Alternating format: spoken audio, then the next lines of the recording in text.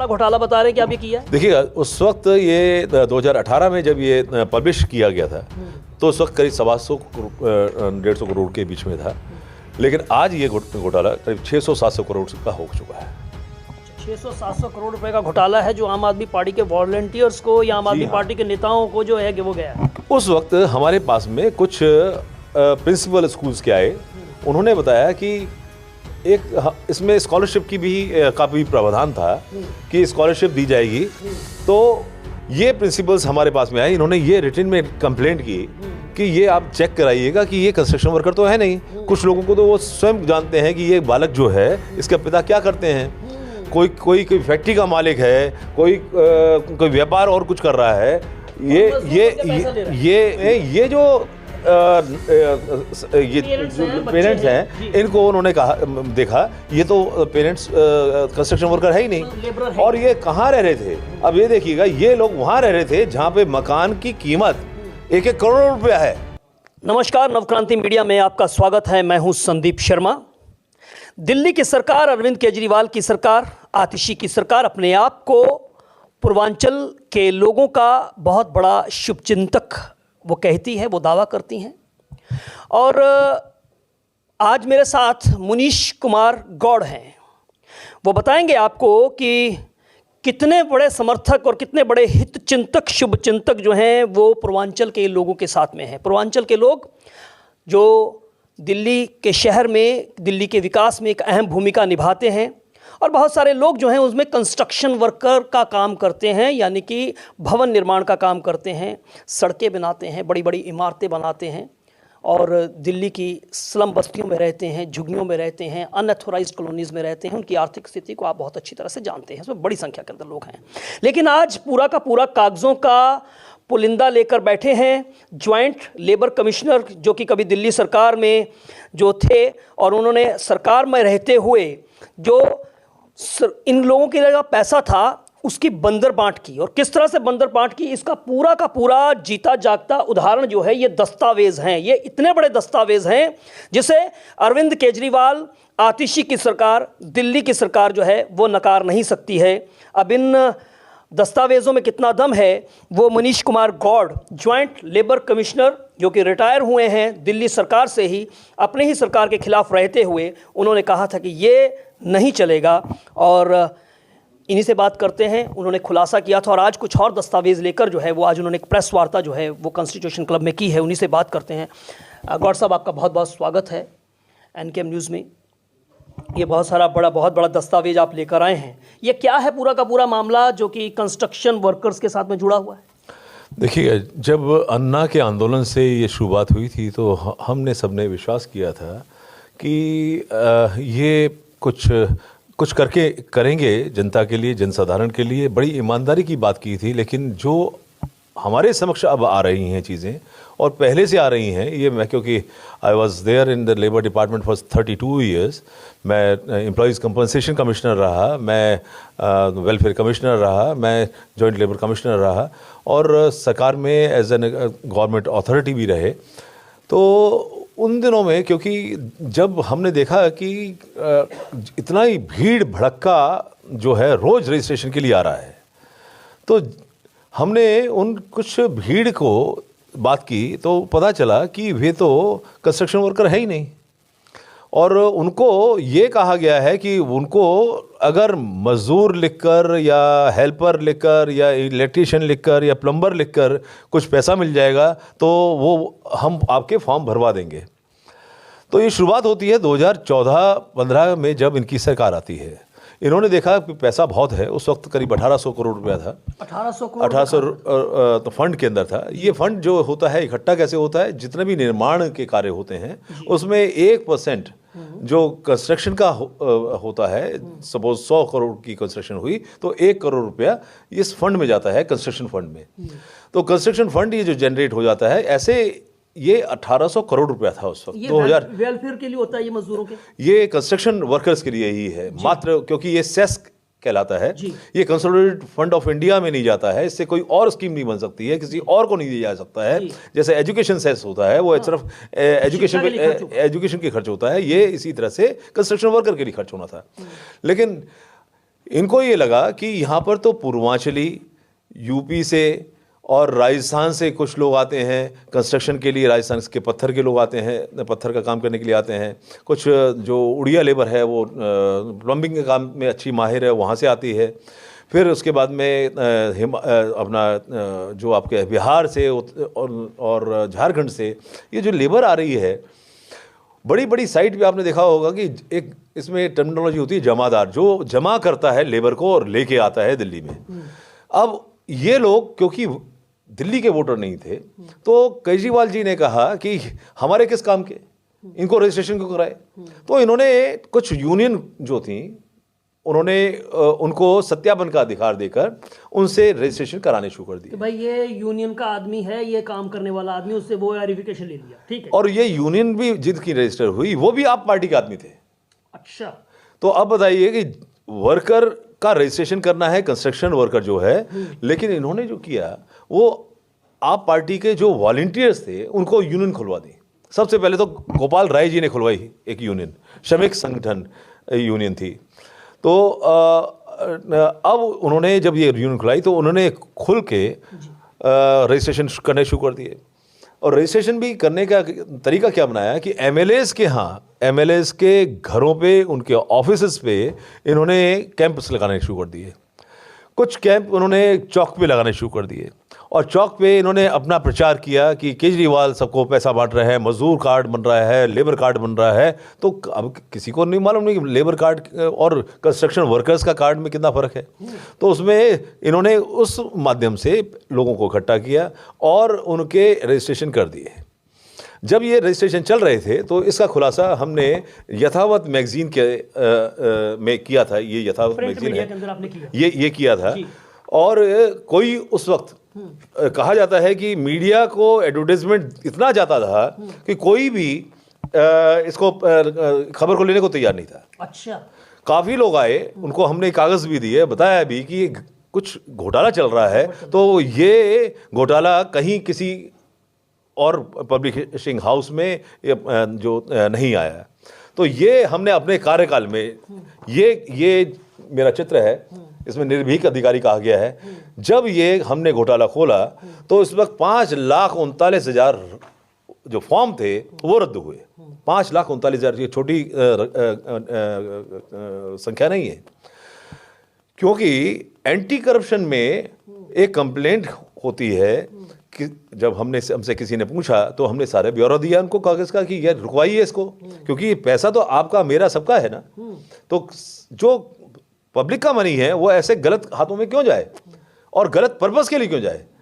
अगर किसी गरीब को आपको देना है तो आप कोई एक्ट बनाइएगा। आपने 10 साल में कोई एक्ट नहीं बनाया, लॉ नहीं बनाया। आप विधानसभा में विधान बनता है, आप तो वहाँ पे बदतमीजी करते हैं, आप मजाक उड़ाते हैं। अब कश्मीर फाइल की बात करते हैं तो वहाँ पे कहते हैं कश्मीर फाइल को आप उस पर डाल दीजिएगा, यूट्यूब पे डाल दीजिएगा।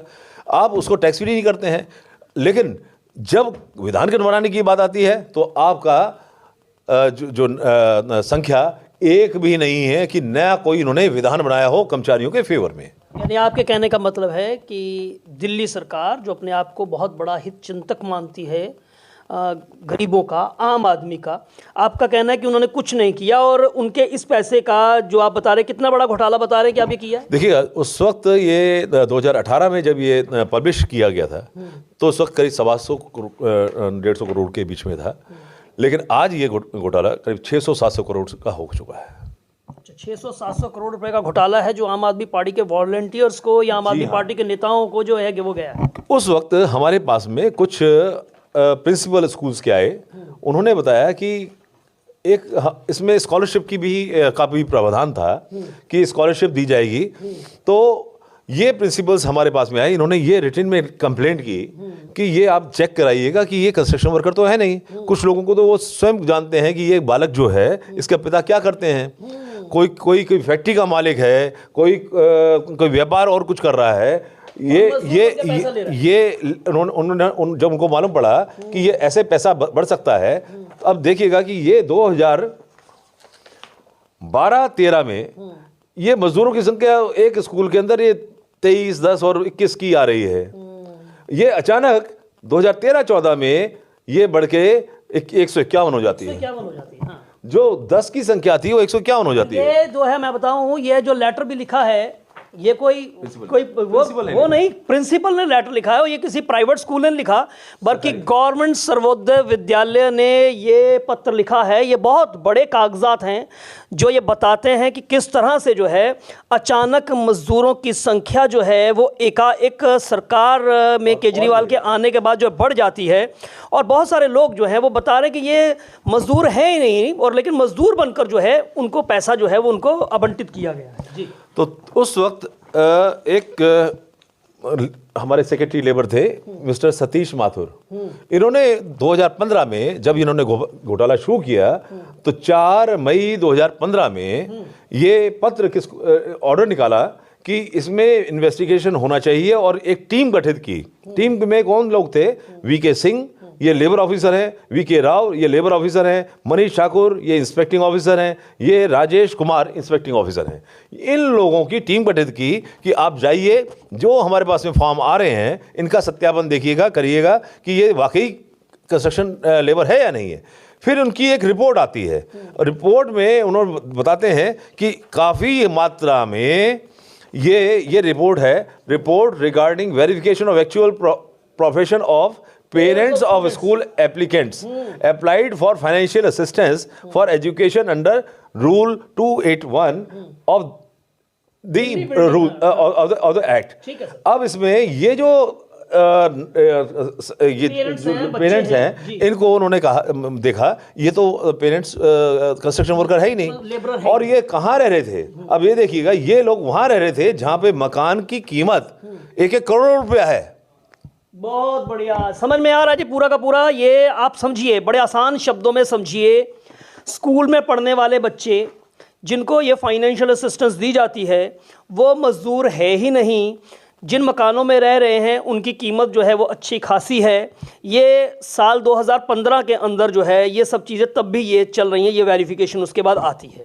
तो इस ग्राउंड पे केजरीवाल ये 18 की है, सॉरी ये 2018 की रिपोर्ट है। हाँ। मैं बताते हैं 2015 में जब एंटी करप्शन में मामला चला जाता है तो 2018 में 3 वर्ष बाद एंटी करप्शन डिपार्टमेंट जो उनके अधीन है, जो होम डिपार्टमेंट है दिल्ली गवर्नमेंट का, उसके अधीन काम करते हैं ये यहाँ के कर्मी, उन्होंने एक ये लेटर लिखा किसको? Chief vigilance officer labour department को। क्या कहते हैं? ये लेटर किसने लिखा जी? ये 7 फरवरी 18 का है। ये लेटर लिखा assistant commissioner of police anti corruption branch ने।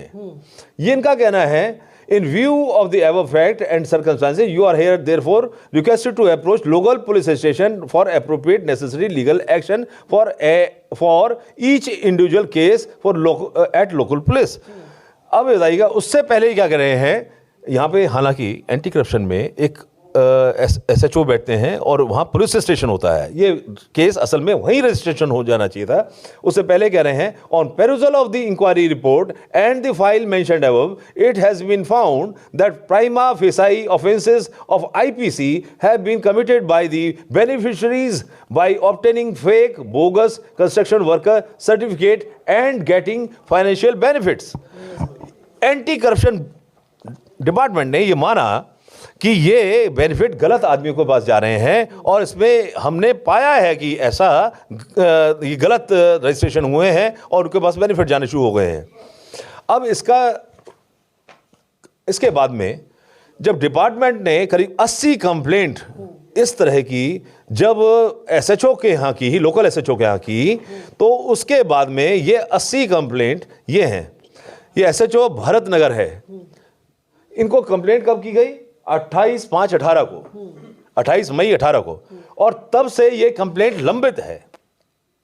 कोई कार्रवाई नहीं हुई, क्योंकि एंटी करप्शन डिपार्टमेंट के लोगों को जब बुलाया जाता है कि आपने ये रिपोर्ट आपने फाइल की है, हमें इसके आधार पे हम ये कर रहे हैं, तो वो मौन रख लेते हैं। वो उसके बाद में क्यों, कहीं प्रेशर है, कोई प्रेशर है क्या? और इन्वेस्टिगेशन वहीं का वहीं रुका पड़ा है। ये इन्वेस्टिगेशन होना चाहिए। विजिलेंस डिपार्टमेंट तो किसके अंडर आता है? ये दिल्ली गवर्नमेंट का है। तो दिल्ली, तो आप कह रहे हैं कि वहां से प्रेशर होता है तो वो कार्रवाई आगे होने नहीं देती? बिल्कुल। और ये इस तरह के सैंक्शन ऑर्डर, ये देखिएगा, ये सैंक्शन ऑर्डर है। ये पैसा किसके पास में गया ये बताइएगा? श्रीमती स्वाति A155 वसंत विहार दिल्ली। ऐसा कोई एड्रेस है? अच्छा, पहली बार देखिए, वो भी, ये भी देखिए, आप देखिएगा, बैंक अकाउंट दे दिया गया है, हाँ, लेकिन एड्रेस गलत है।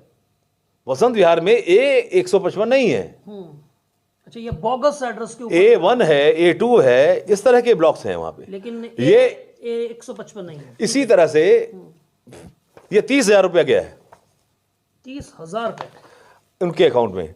अब होता क्या है, इसी तरह से और कुछ भी अब आपको दिखाते हैं।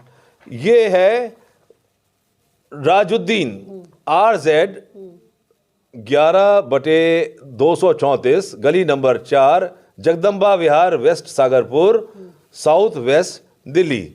अब ये इनके पास में पहुंचते हैं 56,855 रुपये। मैं समझ गया आपकी बात। देखिए, ये पूरा का पूरा बहुत लंबा पुलिंदा इनके पास है, एक नहीं है, बहुत सारे हैं।